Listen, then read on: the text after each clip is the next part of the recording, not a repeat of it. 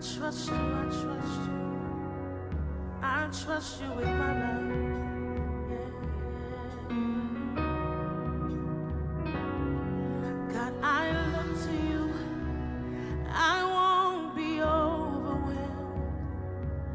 Give me vision to see things like you do. Ce matin, par la grâce du Seigneur, nous voulons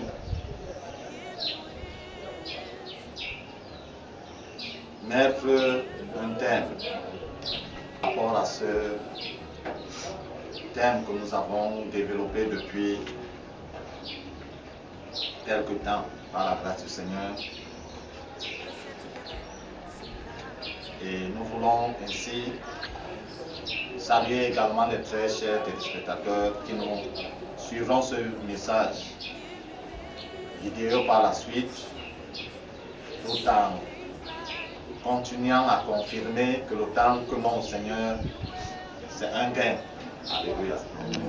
Nous gagnons ce temps que nous lui disposons, parce que nous lui donnons davantage l'occasion de travailler dans nos vies selon ses plans. Amen. Donc depuis quelque temps, nous sommes en train de parler et d'insister sur la nécessité absolue de croire en Christ. Et nous disons qu'en ce moment-ci, où nous sommes plus proches de la fin que lorsque le message avait commencé à être annoncé, il est plus que pour celui-là, ou celle-là qui n'a pas encore disposé une oreille attentive et un cœur réceptif à ce message, qui lui présente l'amour de Dieu manifesté en son Fils Jésus-Christ, cette œuvre parfaite et suprême qui a été accomplie afin que l'éternité avec Dieu soit à nouveau possible à chaque être humain. Et depuis ce temps-là, le message est annoncé. Il revient à tout un chacun, tout être humain, d'y prêter une oreille attentive. Alléluia. Parce que ce message ne concerne pas les animaux. Ce message ne concerne pas les poissons, ne concerne pas la végétation tout autour de nous. Ce message ne concerne même pas les anges, encore moins les démoniaques. Ce message concerne les êtres humains. Parce que c'est les êtres humains qui ont besoin d'être sauvés. Donc si nous, en tant qu'êtres humains, nous rejetons à qui Dieu l'adressera-t-il? Alléluia. Donc, c'est un message qui a déjà fait ses preuves depuis lors jusqu'à nos jours, jusqu'au moment où le terme va arriver. Ce message continue à sauver les vies. Alléluia. Ce message continue à réconcilier les êtres humains avec Dieu. Il continue à restaurer les êtres humains dans leur destinée effective que Dieu a conçue et planifiée pour eux. Donc celui qui reste de côté, se disant que ce message ne me concerne pas. Non, moi je ne suis pas de telle nationalité, ou je ne suis pas de telle race, ou je ne suis pas de tel groupe de peuple, ou je ne suis pas... Il est en train de se faire du mal à lui-même. Amen. Donc ce matin, par la grâce du Seigneur, nous voulons écouter cet avertissement très solennel dans le livre l'Épître aux Hébreux 2. Nous lirons du premier verset au verset 4.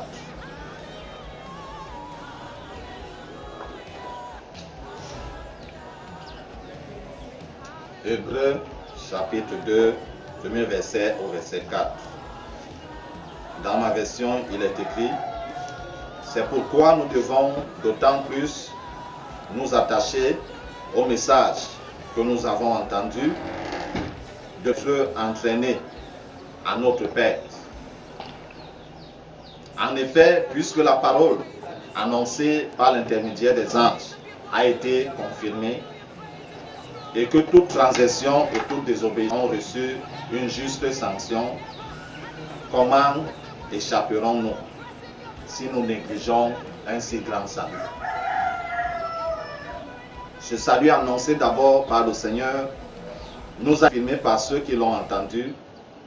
Dieu a appuyé leur témoignage par des signes, des prodiges et divers miracles, ainsi que par les dons du Saint-Esprit distribués conformément à... Alléluia. Nous devons d'autant plus prêter attention à ce message que nous avons entendu. De toute manière, qu'on l'ait entendu de manière disposée, ou qu'on l'ait entendu de manière fortuite, ou qu'on l'ait entendu de manière en critique, nous avons entendu. Alléluia. Et c'est sur la base de ce que nous avons entendu que Dieu nous présentera son jugement.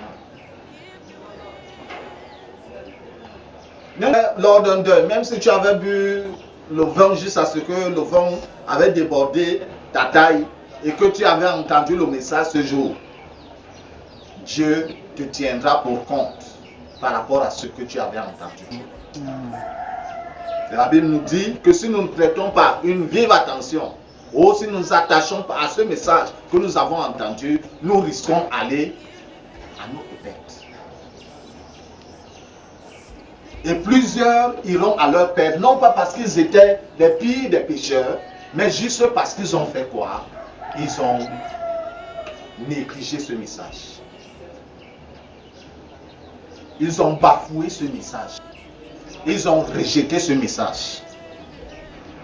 Par contre, ce message ne s'adresse pas aux anges. Les anges n'ont pas besoin d'être sauvés. Alléluia. Il ne s'adresse pas aux démons. Les démons, leur compte est déjà soldé de la part de Dieu. Ce message s'adresse aux êtres humains. En effet, c'est une occasion de rachat que Dieu nous donne. Un rattrapage.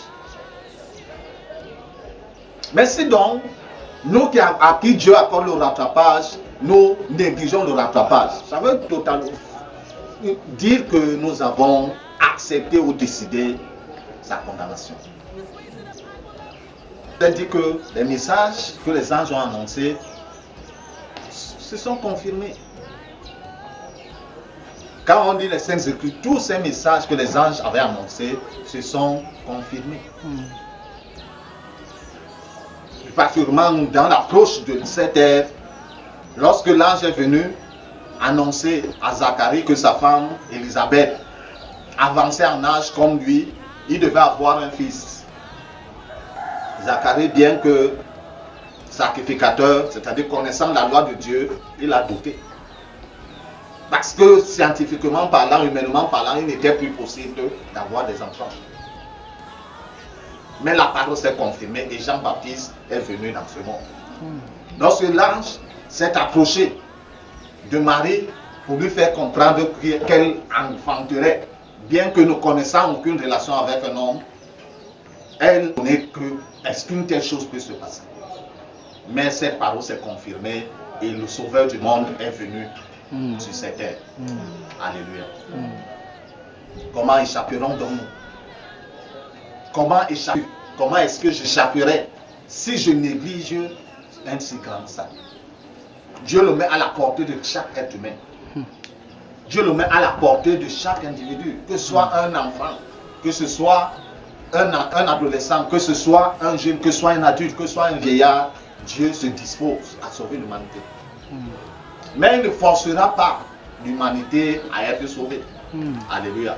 Chacun doit décider s'il veut être sauvé ou il ne veut pas. Donc tel que nous avons vu l'épisode de Moïse avec le peuple d'Israël au désert, lorsqu'ils ont eux-mêmes, c'est eux qui ont murmuré contre Dieu. Et Dieu a enlevé sa protection. Les serpents étaient entrés dans le camp. Et les serpents ont commencé à mordre. Les serpents venimeux, bien entendu, ont commencé à mordre. Et quand Moïse a intercédé auprès de Dieu, Dieu lui a dit, mets une perche dans le camp. Et fabrique un serpent en bronze, mets sur la perche. celui qui va lever les regards, même si le venin était déjà à 99%, la personne sera guérie.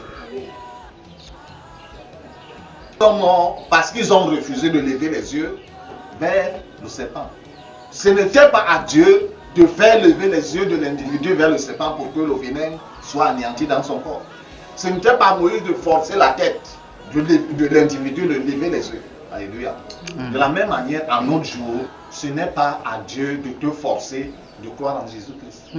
Il a montré toutes les preuves de qui Jésus est, de ce que le sacré Jésus-Christ peut apporter à l'être humain.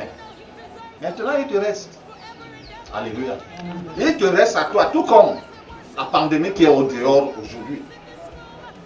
Si on trouve, les scientifiques trouvent maintenant le vaccin et que quelqu'un va-t-on le forcer de prendre le traitement pour qu'il soit guéri? Celui qui veut être guéri, automatiquement va prendre le traitement. Mais celui qui refuse de prendre le traitement, c'est la mort. Ce n'est rien comparé à la mort éternelle. Au châtiment qui est en train d'approcher à grande vitesse. La parole de Dieu nous fait comprendre, nous dépose la question. Il y a chacun de répondre. Comment échapperons-nous? Comment échapperons-nous si nous négligeons un si grand salut? Est-ce que quelqu'un accusera Dieu en ce jour? En lui disant que non, tu n'avais que je sois sauvé. Il a donné son fils unique. L'unique cadeau qu'il avait, il l'a donné à l'humanité. Et il revient à l'humanité. Pécheresse et rebelle de se repentir de sa mauvaise voie pour venir vers Dieu. Alléluia. Ce n'est pas Dieu qui va venir te forcer de sortir de tes mauvaises voies. Il te présente que cette mauvaise voie te mène en enfer. Comme le Seigneur a su bien dire qu'il y a deux routes. Celle qui est large, spacieuse. Tout le monde s'embarque dans cette route. Il n'y a pas de complications, il n'y a pas de contraintes. Il n'y a aucune restriction, aucun interdit. En effet, cette voie, il n'y a pas de panneaux nous voyons dans nos azoutiers. C'est-à-dire que les panneaux régulent la circulation. Donc ici, tu dois aller à 40. Là, tu dois aller à 60. Là, à 80. Mais dans cette voie-là, il n'y a pas de panneau, aucune régulation. Tu vas à l'heure si tu peux. Et nous savons tous quand une voiture est à 200 à l'heure et qu'il y a un virage serré, que ce soit à gauche, que ce soit à droite, même si c'est la Mercedes, il arrive que le dérapage survient. Alléluia. Et le Seigneur a dit que la fin de cette route, c'est la mort. Par contre, cette route qui est petite, elle est étroite. Ne s'y engage pas qui veut.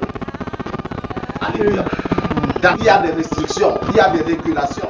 Ne s'engage que celui qui s'est déterminé, est fatigué du grand chemin de perdition, pour retrouver le chemin du salut et de l'éternité avec Dieu. C'est l'appel que Dieu lance au travers de ma voix. À quiconque veut entendre, de sortir de ses mauvaises voies et de venir à Dieu. Pour le salut de son âme, pour la garantie de l'éternité avec Dieu. Parce qu'en ce jour, plus souvent lorsque l'on meurt, même si on était le pire des pécheurs sur cette terre, la famille va s'arranger. Même si c'était la famille la plus démunie, elle va s'arranger à appeler un heure et à préparer son apéro pour qu'il puisse arrondir les bords de son message et dire que la personne qui est couchée là est dans le sein d'Abraham, c'est-à-dire qu'elle est dans l'éternité avec Dieu. Alors que tout le monde dans la famille reconnaissait que celui-ci, si tu dois être, tu meurs. Mais on vient, on remplit le message et on dit que non, il est dans l'éternité avec Dieu. La famille connaissait que celle-ci. Toutes les femmes du quartier déjà pleines parce qu'elle s'est infiltrée dans leur foyer sans demander la permission. La famille connaît que celui-ci, même quand tu as ton coffre-fort à la maison, même s'il est compliqué n'importe comment, lui il décode ton code, il entre, il prend ce qu'il y a. Et quand il meurt, on vient dire que non, il est à cause. Le prédicateur là vient, il dit sa chose.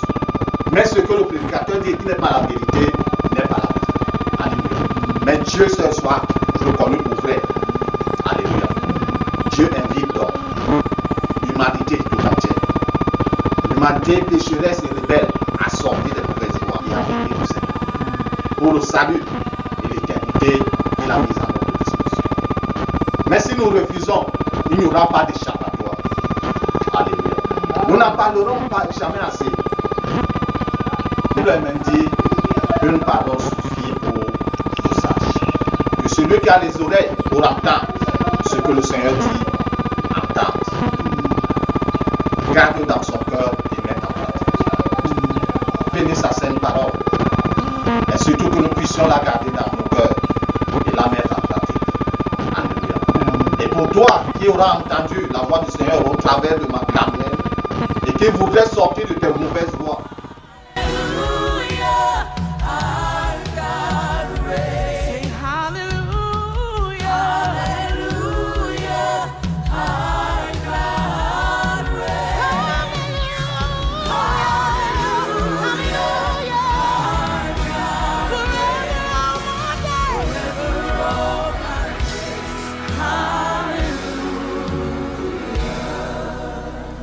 Somebody give God a hallelujah praise in this room.